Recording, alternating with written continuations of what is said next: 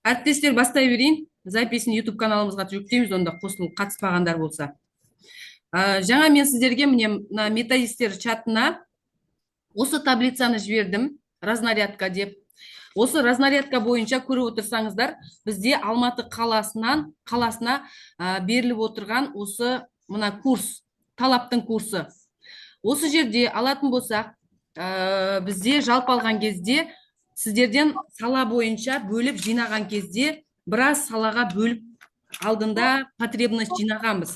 Сол потребность бойынша әр колледждің жанында сіздерден кім қанша қай бағытта деп санын көрсетіп отырмыз. Бұл жерде енді айтып кететін болсақ, автомобиль көлігі саласы бойынша ол сіздерде түсініспеушілік болмайды деп ойлаймын. Мында тамақтандыру бойынша тоже түсінікті деп ойлаймын. IT бойынша ол да бізде түсінікті. Электрмен қамтамасыз ету, тігін өндірісі, оның барлығы түсінікті.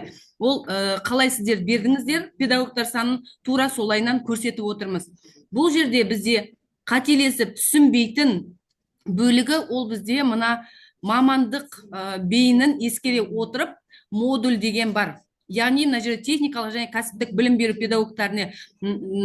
педагогтарына арналған мына жердегі жобалаудың заманауи құралдары деген тақырып. Осы жерге бізден 100 педагог сұрап отыр екен. Ол жерде 100 педагог бізде мына осы бағыттарға кірмеген. Мына жалпы алған кезде мына бастапқы міне бірнеше бағытқа 8 ғана бағытқа бөлген. Жалпы ол 8 бағыт нақты направление бойынша оқитын болса, оған кірмеген потребностьтің барлығын осы модульға, яғни осы 100 педагогтың құрамына қосып отыр. Сол себепті бұл жерде көрсетілген 100 адамға байланысты сіздерден мынандағы бағыттарына бөлінбеген барлық кірмей қалған бейімдердің барлығын, профильдерді толықтай осының ішіне қосып отырғандықтан бізде осы жердегі санына 100 педагог шығып отыр. Ол жерде мысалға алатын болсақ, сіздердің потребность бойынша көрсетілген кезде міне ең бірінші тұрған колледжде көрсетейін, энерго колледжден ол жерде 6 педагог деп көрсетіп отырмыз. 6 педагогты мен қайдан алып отырмын? Энерго колледждің беріп отырған потребности бойынша менде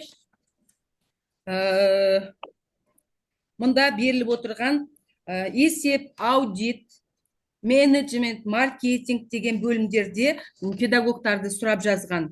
Ол жерде жалпы алған кезде энерго колледжде бізде міне IT саласы бойынша 8 педагог, оны нақты алдым. Электрмен қамтамасыз ету 9 педагог, оны нақты алдым. Одан бөлек міне қалған барлық міне учет, аудит, менеджмент деген сияқты басқа радиотехникаға, жылу энергетикаға берген барлық педагогтарының санын қосқан кезде осы 100 педагогтың ішінде отырғанын айтайын деп отырмын. Дәл осы сияқты сіздердің де басқа колледждің барлығында, мысалға келесі отырған АКТК колледжінде осы 100 педагогтың 12-сі болып табылады. Ол яғни АКТК колледжінен нақты алып қарайтын болсақ, міне мына жолда бізде тек қана энергетикаға 1 педагог алынған, одан кейін дәнекерлеу өндірісі дегенге 2 педагог алған, ал қалған темір жолға байланысты берген, тағы басқа бағыттарға берген педагогтерінің барлығы осы 12-нің ішінде отыр. Оны тағы да сіздерге қажет десеңіздер, ол потребностьті сіздерден жинағанымызды суретке түсіріп жібере аламын. Одан кейінгі келесі біздегі 110 педагог, ол біздегі мына тұрған скаффолд құралдарын пайдаланып оқу сабақтарын жобалау деген бөлім. Ол жерде модуль, ол модульға тек қана жалпы білім беру пәндерінің оқытушылары мен біздің базалық модульға кіретін социально-гуманитарлық пәндердің оқытушыларын берсеңіздер болады. Түсінікті ме, әріптестер? Әріптестер, қазір мен сіздерге осы таблицаны сіздерге жіберемін. Осы таблицаны жіберген кезде әр педагогтеріңізді мысалға алған кезде міне энерго колледж бірінші автомобиль көлігі саласы дегенге 11 педагог беріп тұрса, соны тілге бөліп берулеріңіз керек. Сіздерден қазір список пофамильно жинайын деп жатқан жоқпыз. Біз тек қана данный момент неше орысша, неше қазақша екенін бөліп беруіміз керек болып тұрмыз. Сол себепті бүгінге қазір сағат міне 5 болайын деп жатқандықтан, сіздерден ертең сағат 11-ге дейін осыны бөліп берулеріңізді сұраймыз. Себебі ертең обедке дейін осы общий сводты жасап, біз срочно жіберуіміз керек болып тұрмыз. Жақсы, түсінікті. Мына жерде одан кейін міне замдарға байланысты қарап тұрсаңыздар, қай колледжге УМР керек болды, соның бәрі көрсетіліп тұр. УМР, УМОсы барларға 2 деп көрсетіп тұрмын. Одан кейін мына жерде 2 мына тұрған колледж мысалға алатын болсақ, қайсы? Многопрофильный колледжде 2 деп тұр. Ол біреуі УМР, біреуі УМО болу керек. Және плюс бір УПР мен немесе производственное обучение, профессиональное обучениенің зам директорын ба, кез келген екеуінің біреуін ғана жібереді деген сөз. Яғни УМО мен УМР міндетті түрде екеуін жібереді деген сөз, плюс бір адам УПР-ді немесе екінші профобучениенің замын жібереді деген сөз. Осы жерде қараңыздар, мына колледждің мына несінде көрсеткішінде сіздердің потребность бойынша, мысалы флористикада именно УМР оқиды деп тұр, плюс бір адам УПР ма, жоқ ПО ма қайсы екенін өздеріңіз тағайындап жібересіздер. Ол жағынан сұрақ жоқ шығар, я? Енді осылардың бәрлігінің язык обучениесін, яғни ертең сағат 11-ге дейін жазып, таблицаға кестеге толтырып берулеріңіз керек.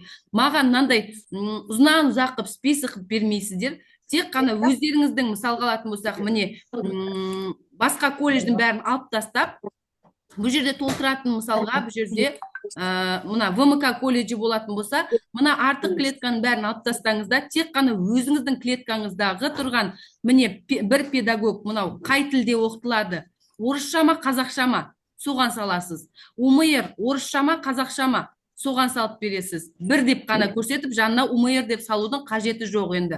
Тек бір деп қана көрсетесіз, орысша немесе қазақша. Және де мына тұрған мысалға, Scaffold программасында модулінде оқитын 5 педагогтың мысалға 3-еуі қазақ тілінде, 2-еуі орыс тілінде деп осы жерге, осы кестенің ішіне бөліп беру керек. Оның міне көріп тұрсаңыздар, сіздерде беріліп тұрған 2 жол ғой, міне қазақша, орысша деп. Қазақша жағына мысалға 3 қазақша, 2 орысша деген сияқты берулеріңіз керек қой. Әріптестер түсінікті ма? Дидар Сәрсенғалиевна. Түсінікті. Иә. Менде мынандай сұрақ. Мына жерде бізде УМР деп тұр, ол просто үлгі ма? Менде мысалы УМР өтпеген, менде УР өтпеген, УР бар өтпеген. Менеджмент. Неме өтпеген? Ана менеджмент бойынша. Иә. Замдардан. УР мен IT замы менде өтпеген екеуі. Сіздерде потребность бойынша IT зам ол бөлек, мына жақта IT-да отыр ол. IT зам бөлек отыр. Мынау нақты именно методический бойынша мына тұрғанды көрсетіп тұр. Методисттарға байланысты именно осы білім берудегі менеджментті методисттерге, методист болғанда УМР, УМО, УПР, ПО-ға беріп тұр. Ал мен мысалы өтіп алдым былтыр менеджмент. УМОм да өтіп алды менеджментті. УПР да өтіп алды. Енді сізде кім өтпеген дейсіз? УР өткен жоқ менде менеджмент. Оны енді сіз ОР деген ол бөлек, мына жерде так тұру керек қазір. Точносын қазір қарап берейін сізге. Аха. Потребность бойынша өздеріңіздің бергендеріңіз негізі. Так, политех. Соны табуымыз керек та. Бағалай тұрады.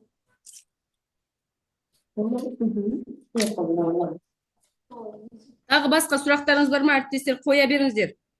Дидар Сәрсенғалиевна, сәлеметсіз бе? Менде мысалы сол арнайы жаңа мамандық бейін ескере отыру деген жерде 4 адам тұр.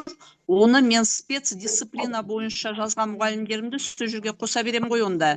Қанша орыс, қанша қазақ деп. Қандай арнайы не дейсіз?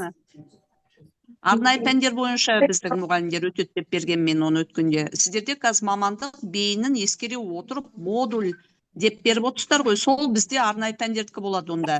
Иә, мына Асхат жерде қолдан сізде бізде именно иә, одалар өтеді. мына жерде Иә. сіздерде Мгм. педагогикалық бағытқа байланысты осы жерде бастауыш бірдеме, одан кейін тағы физкультурникті бергенсіз ба, сондай бірдемесі бар осы жерде. Нақты сіздегі мына жерде тұрған мендегі потребностьтарды тағы чатқа фотоға түсіріп жіберем. Содан нақты санын қарап аласыздар ғой.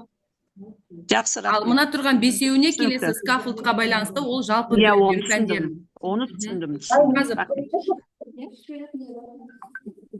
Назым қазір сіздікін тауып алайын, сосын жауап берем, иә? Тағы басқа әріптестер, сұрақтарыңыз бар ма? Түсінікті ма? Гүлзат Саматовнадан сұраймыз. Қазір мен Гүлзат Саматовнаға разнарядкаңызды көрейін. Ертең маған Әріптестер, бәріне түсінікті ма?